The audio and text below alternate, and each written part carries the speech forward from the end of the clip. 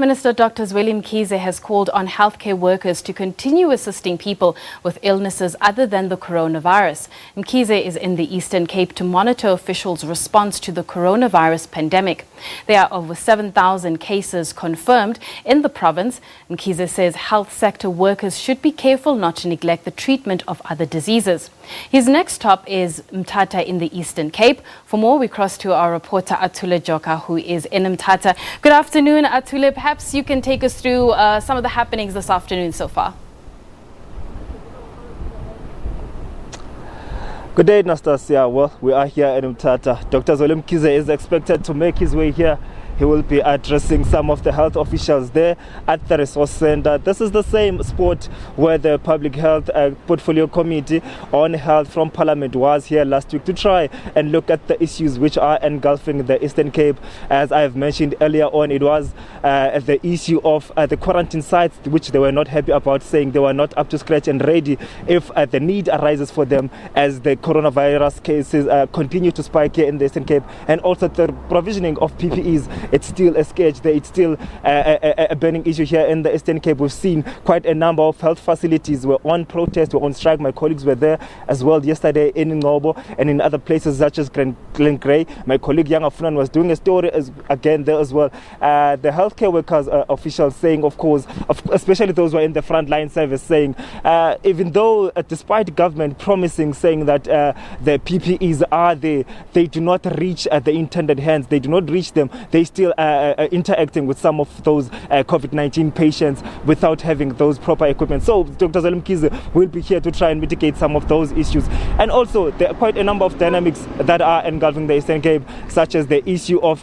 returning to schools. We have seen quite a number of schools have been shut as well after they've just been reopened, after a number of cases have been identified there as well. And also the issue of alcohol has also been a topical issue, with the Premier coming out saying he is also thinking about approaching the National Command to say, in fact, they should review whether they should ban the sale of alcohol in the Eastern Cape after quite a number of incidents have happened here in the especially the trauma units admitting more people than usual instead of focusing on those COVID-19 patients. So Dr. Zweli Mkhize will be here to try and see how they can interact on those problems and try to mitigate some of those issues as well. So we'll be here seated to see how he is trying to mitigate some of those problems. And also the issue at St. Mary's Hospital, where the health officials did come out to say the real statistics were not disclosed by the hospital. The Public Committee on Health was there to try and deliberate over those issues. We will see whether the minister will try and bring us into confidence as to those issues pertaining to the Eastern Cape. The cases now are over 7,000. At least the recovery rate is over 50%, which is quite a commendable thing. But the death rate as well, it is quite concerning in the Eastern Cape, with over 140 deaths which have been recorded as well. We will try and hear what is causing the loss of life as well, instead of trying to rescue those lives. Anastasia.